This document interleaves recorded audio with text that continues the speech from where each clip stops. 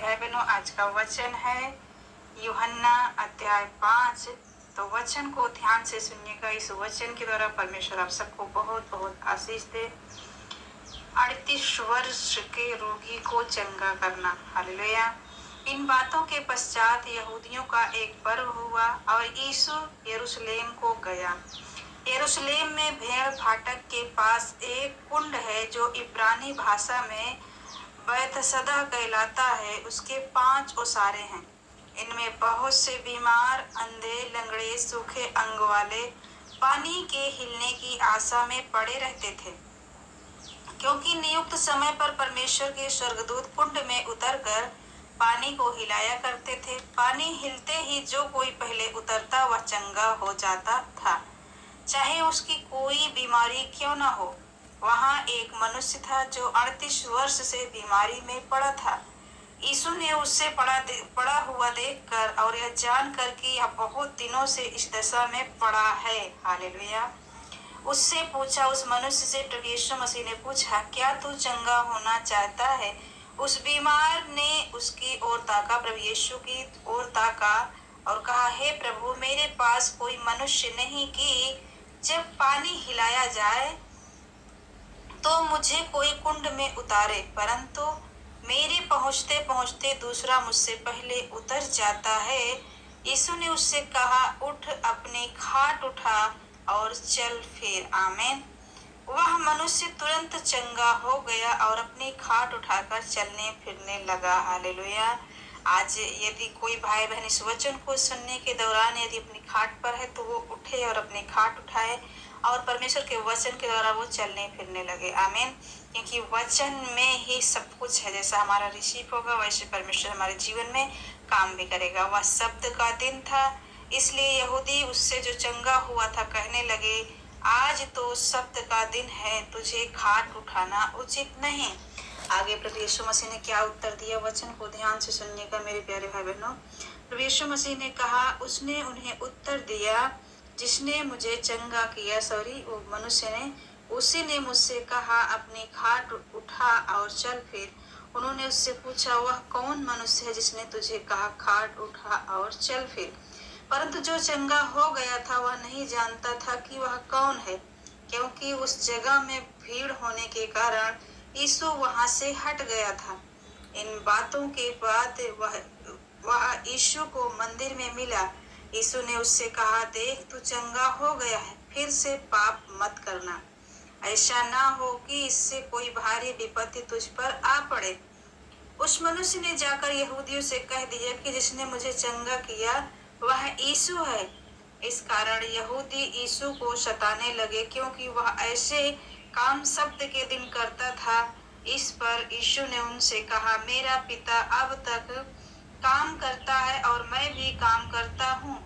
इस कारण यहूदी और भी अधिक उसके मार डालने का प्रयत्न करने लगे, क्योंकि वह न केवल शब्द के दिन की विधि को तोड़ता, परंतु परमेश्वर को अपना पिता कहकर अपने आप को परमेश्वर के तुल्य भी ठहराता था। हालेलुया।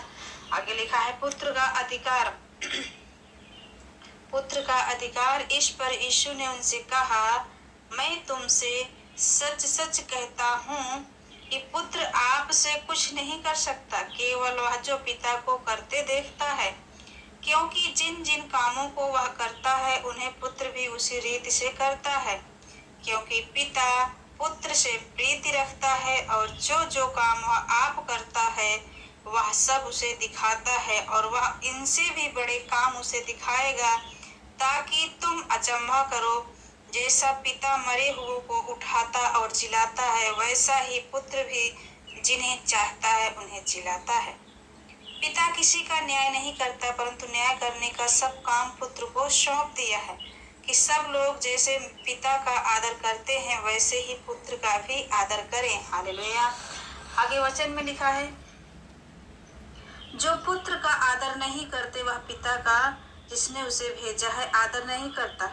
मैं तुमसे सच सच कहता हूँ, जो मेरा वचन सुनकर मेरे भेजने वाले पर विश्वास करता है, अनंत जीवन उसका है और उस पर दंड की आज्ञा नहीं होती, परंतु वह मृत्यु से पार होकर जीवन में प्रवेश कर चुका है। हालेलुया। मैं तुमसे सच सच कहता हूँ, वह समय आता है और अब है जिसमें मृतक परमेश्वर के पुत्र का शब्द सुनेंगे, और जो सुनेंगे वे जिएंगे, क्योंकि जिस रीति से पिता अपने आप में जीवन रखता है, उसी रीति से उसने पुत्र को भी यह अधिकार दिया है कि अपने आप में जीवन रखे, वरन उसे न्याय करने का भी अधिकार दिया है। हालेलुया। इसलिए वह मनुष्य का पुत्र है, इससे अचंभा मत करो, क्योंकि वह समय आता है कि जितने कब्रों में हैं वे उसका शब्द सुनकर निकल आएंगे। जिन्होंने भलाई की है वे जीवन के पुनरुत्थान के लिए जी उठेंगे, और जिन्होंने बुराई की है वे दंड के पुनरुत्थान के लिए जी उठेंगे। हालेलुया। हम सबको बुराई नहीं करना है मेरे प्यारे भाई बहनों, परंतु भलाई करना है, ताकि परमेश्वर हमें अपना पुत्र, अपना पुत्री मानकर हमें अपने साथ रखे। यीशु के संबंध में गवाही। मैं अपने आप से कुछ नहीं कर सकता, जैसा सुनता हूँ वैसा न्याय करता हूँ, और मेरा न्याय सच्चा है, क्योंकि मैं अपनी इच्छा नहीं परंतु अपने भेजने वाले की इच्छा चाहता हूँ।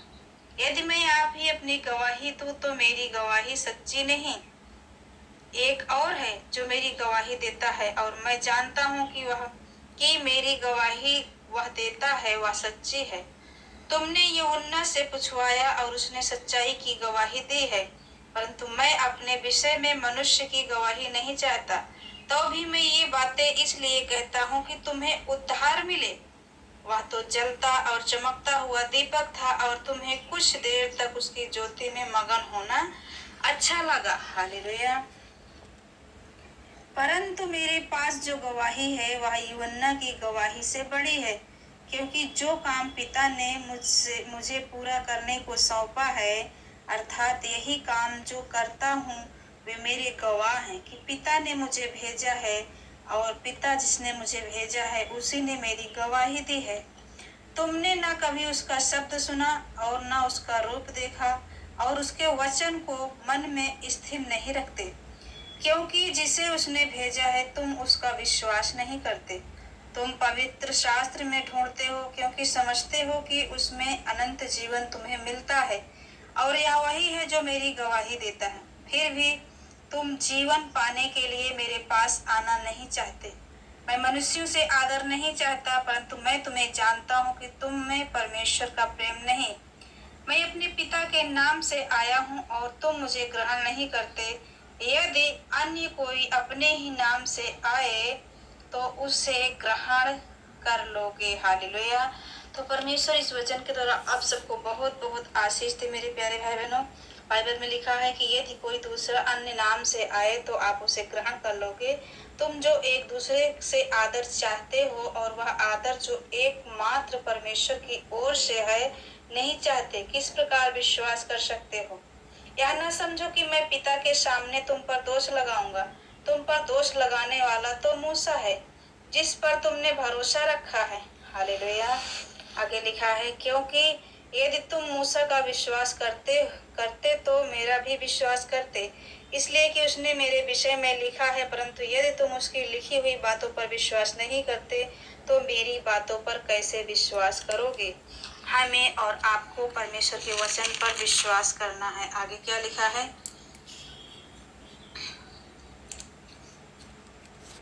उनको देखते थे, तब यीशु पहाड़ पर चढ़ गया, अपने चेलों के साथ वहां बैठ गया। यहूदियों के फसह का पर्व निकट था।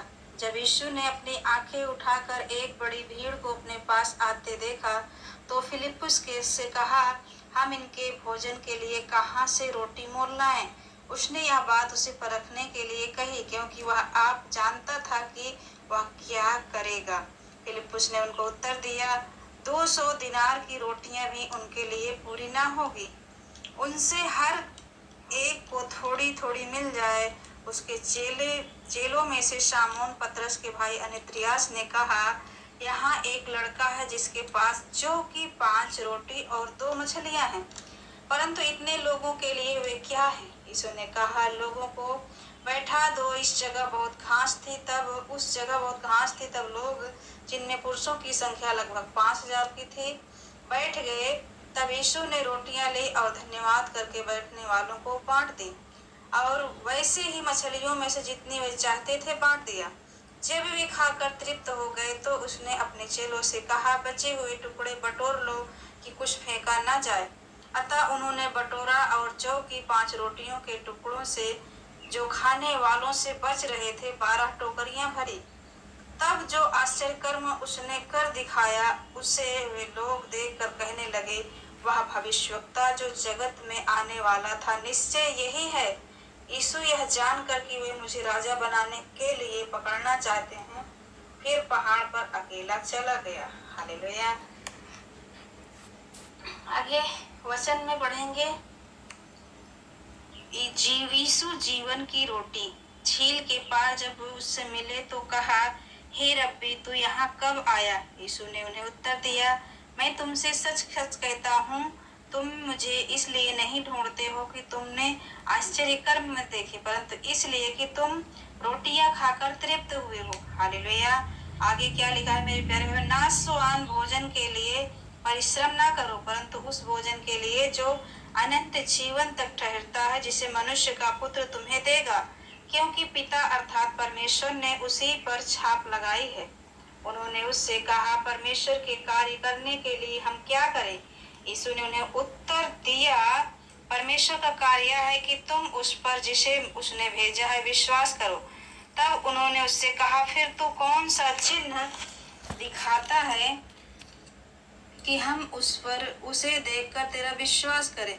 तो कौन सा काम दिखाता है? हमारे बाप दादों ने जंगल में मन्ना खाया, जैसा लिखा है, उसने उन्हें खाने के लिए स्वर्ग से रोटी दी। यीशु ने उनसे कहा, मैं तुमसे सच सच कहता हूँ कि मूसा ने तुम्हें वह रोटी स्वर्ग से न दी, परंतु मेरा पिता तुम्हें सच्ची रोटी स्वर्ग से देता है, क्योंकि परमेश्वर की रोटी वही है जो स्वर्ग से उतरकर जगत को जीवन देती है। तब उन्होंने उससे कहा, हे प्रभु, यह रोटी हमें सर्वदा दिया कर।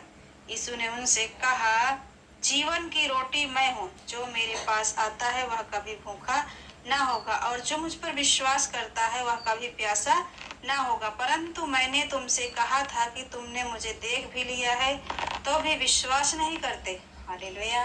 तो परमेश्वर इस वचन के द्वारा आप सबको बहुत बहुत आशीष दे। आगे भी पढ़ेंगे तो बाइबल में लिखा भी है, क्योंकि मेरे पिता की इच्छा यह है कि कोई पुत्र को देखे और उस पर विश्वास करे वह अनंत जीवन पाए, और मैं उसे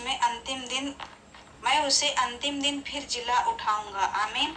तो परमेश्वर आप सबको बहुत बहुत आशीष दे मेरे प्यारे भाई बहनों। इस वचन के द्वारा आप सभी को जय मसीह की। God bless.